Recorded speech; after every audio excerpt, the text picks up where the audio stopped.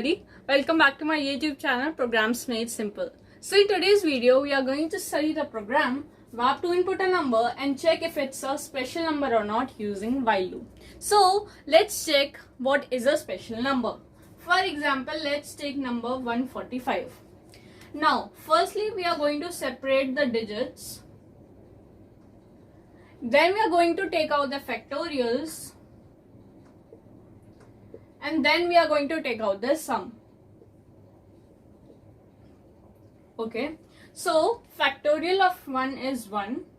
For 4 it is 4 into 3 into 2 into 1, which is 4 3s are 12, 12 2s are 24, 24 into 1, 24. And factorial for 5 is 5 into 4 into 3 into 2 into 1, which is 5 4s are 20, 23s are 60, 62s are 120, and 120 into 1, 120. So this is the factorial of the numbers. To know more about factorials, you can check the video I posted recently. The link is in the description box. About the program, we have to input a number and print its factorial. Okay, now moving to the program, factorial of 1 was 1, for 4 it is 24, and for 5 it is 120. Taking out the sum, 1 plus 24, 25, plus 120, that is 145. Now, if we are going to get that these two numbers are similar, we can say that this number is a special number. Now, doing the same process with the help of a program. You can take any class name. For example, I've taken class ABC. In void main, I've written integer n as the question is asking the user to input a number. Now, integer s is equal to 0. We have taken integer s to calculate the sum of the digits. Okay. D for extracting the numbers, or you can say the digits, and CP as a copy of n to check later if CP and the sum is equal or not. Okay. Now, while n is not equal to 0, this means that while loop is saying n should not be equal to 0, which is that as soon as the value of n reaches 0, the program will stop running. Okay. Now, D is equal to n modulus 10.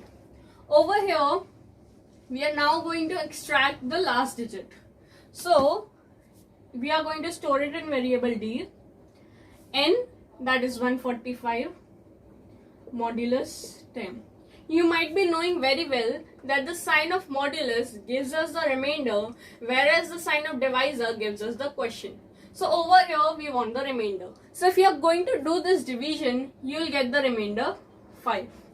Okay. Now, moving further, integer f is equal to 1. We have initialized another integer f for calculating the factorial of the number. Now, a for loop for integer I is equal to 1, I is less than equal to d, and I plus plus. Now, we are going to run a for loop inside the while loop for number I. Okay, so I will be from 1 to the number d. Now, f is equal to f into I. So, initially value of f is 1 and I is 1. So factorial comes 1. Now the value of factorial is 1. The value of I is 2. Now the total value of the factorial is 2. Now factorial is 2 and I becomes 3. So the value is 6. That's how the program will run. Okay. So it will run up till number 5. So factorial is 6 now, I is 4, 24, and I comes 5 over here. This is 120. Okay. So this means that the factorial of number D for first is 120. Okay. So 120. Now, the program is saying s is equal to s plus f. So s was 0, 0 plus f, which is 120. So 0 plus 120 gives us 120. Now we are going to remove the last digit. So 145 divided by 10. So we are going to get the question 14. Okay. Now again coming back to this step.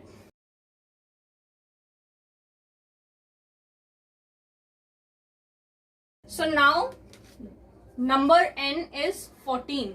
okay, as we took it over here after removing the last digit. So n modulus 10, which is 14 modulus 10, we'll get the remainder 4. Now value of f is again 1. Here value of f is written in this loop as we want the value of f to be 1 again and again. Integer I is from 1 to d again. Okay, now f is equal to f into I. So f is 1, I is also 1, so it will be 1.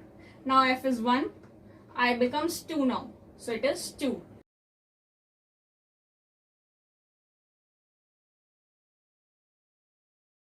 I becomes 4, we are going to do 24.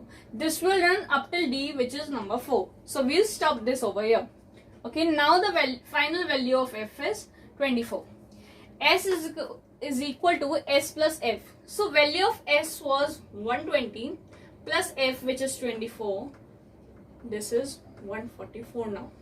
Now we are going to remove the digit. So 14 was the number, divide by 10. We'll get the quotient 1. Okay. Now again repeating the same process.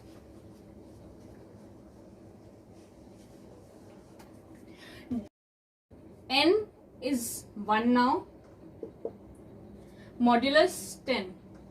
So this will give us the remainder 1. Okay, you can see this over here, 1 by 10. It will go 0 minus 0, so remainder will be 1. Okay, now f is again 1. The for loop will again run from 1 to d. So f is equal to f into I. So f was 1 and I is 1. Now we have reached the condition that the for loop will run only up till d, which is 1. So we'll stop here and f is now 1. Now s is equal to s plus f. So s was 144 plus f, which is 1. So we get 145. Now we are again going to remove the last digit, which was 1 divided by 10. So 1 divided by 10. So the question is 0. So we are going to get that n is equal to 0. And according to this condition, while n should not be equal to 0, the program will stop running over here as the value of n is now 0. Okay. So the final value of s is now 145. Now we are going to check if s is equal to cp. Cp is a copy of n. You might be thinking that why we are not written directly n over here, as the value of n at the last of the program is now 0.